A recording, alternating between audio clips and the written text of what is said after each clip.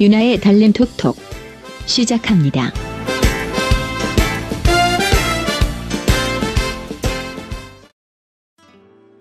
오늘의 달림 톡톡은 박근혜 후보 검증에 관한 이야기입니다. 지난 3일 담쟁이 캠프 진성준 대변인은 현안 브리핑에서 박근혜 후보 말 바꾸기 10선을 발표했는데요. 여러분도 들으시면서 냉정하게 판단해 보시기 바랍니다. 신뢰와 원칙의 후보라는 박근혜 후보의 말 바꾸기 10선. 첫 번째, 경제민주화. 경제민주화가 첫 번째 과제라더니 김종인 위원장을 내치고 재벌개혁 핵심 공약들을 모두 빼버렸습니다. 두 번째, 반값 등록금. 반값 등록금은 2007년 새누리당의 전신인 한나라당의 대선 공약이었습니다. 박근혜 후보는 지난 5년 동안 모르쇠로 일관하다가 이제는 장학금을 늘리는 것을 반값 등록금이라고 바꾸어 말하고 있습니다. 세 번째, 재벌마트 규제. 지난 11월 14일 박근혜 후보는 대형마트 때문에 전통시장이 힘들어하는데 규제를 철저히 하겠다고 말한 바 있습니다. 하지만 대형마트의 영업시간을 규제하는 유통산업발전법은 새누리당의 반대로 국회에서 처리가 안 되고 있습니다. 네 번째, 최저임금 인상. 지난 11월 17일 박근혜 후보는 최저임금을 물가상승률과 경제성장률을 합친 숫자 이상으로 인상시킬 것이라고 얘기한 바 있습니다. 그렇지만 새누리당의 반대로 최저임금법의 국회 처리가 무산되었습니다. 다섯 번째, 투표시간 연장 거부. 박근혜 후보 캠프는 이른바 먹튀방지법과 투표시간 연장을 동시에 처리하자고 제안한 바 있는데요. 문재인 후보가 이를 전격 수용하자 박근혜 후보는 교환 조건으로 얘기한 것이 아니라고 말을 뒤집었습니다. 여섯 번째, 해양수산부 등 부처의 부활.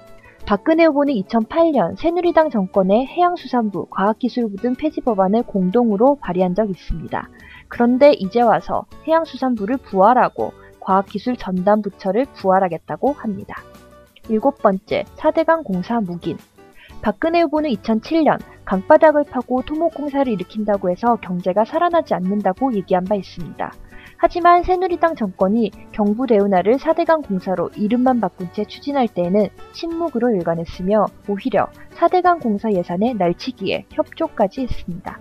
여덟 번째, 저작권 침해. 박근혜 후보는 지난 10월 18일 지식 생태계를 보호하겠다고 했습니다. 그러나 이번 선거에 사용한 로고송, 박근혜가 죽여줘요 등 18곡 전곡의 지적재산권, 저작권이 침해되었음을 볼 수 있었습니다. 아홉 번째, 언론학법 날치기 찬성. 박근혜 후보는 2009년 7월 19일 언론학법 등에 대해서 반대할 것이라고 했습니다. 하지만 사흘 만에 한나라당이 언론학법을 날치기 처리하는 데 동조하고 찬성 표결을 했습니다. 열 번째, 세종시 특별법. 박근혜 후보는 2012년 9월 세종시는 자기가 정치 생명을 걸고 지켜낸 도시라고 얘기했고 그 뒤에도 누차 세종시를 발전시킨 것이라고 공약한 바 있습니다. 하지만 세종시 지원을 위한 특별법, 새누리당의 반대로 국회에서 처리가 무산되었습니다. 신뢰와 원칙을 내세우는 박근혜 후보의 말바꾸기 어떻게 들으셨나요? 지난 9월 1일 시사주간지 시사인은 박근혜 후보의 말바꾸기 내용을 분석해서 다음과 같은 특징을 발견했습니다. 첫째, 단기간의 메시지는 매우 일관성이 높지만 장기간을 놓고 보면 모순된다. 이는 정치적 국면에 따라 늘 최적의 위치를 찾아가는 그녀의 성공적인 정치 감각 때문이다. 둘째, 박근혜는 이런 변신의 이유를 절대 설명하지 않는다. 대신 일정 시점에서 자신의 달라진 포지션을 이미 기정사실로 간주해버린다. 박근혜는 자신의 이런 변신이 지적 정치적 각성이나 숙성의 산물이라고 볼 근거를 한 번도 제시한 적이 없다. 이는 논쟁을 회피하는 부수적 효과를 낸다. 셋째, 포지션은 정반대여도 포장하는 메시지는 같다.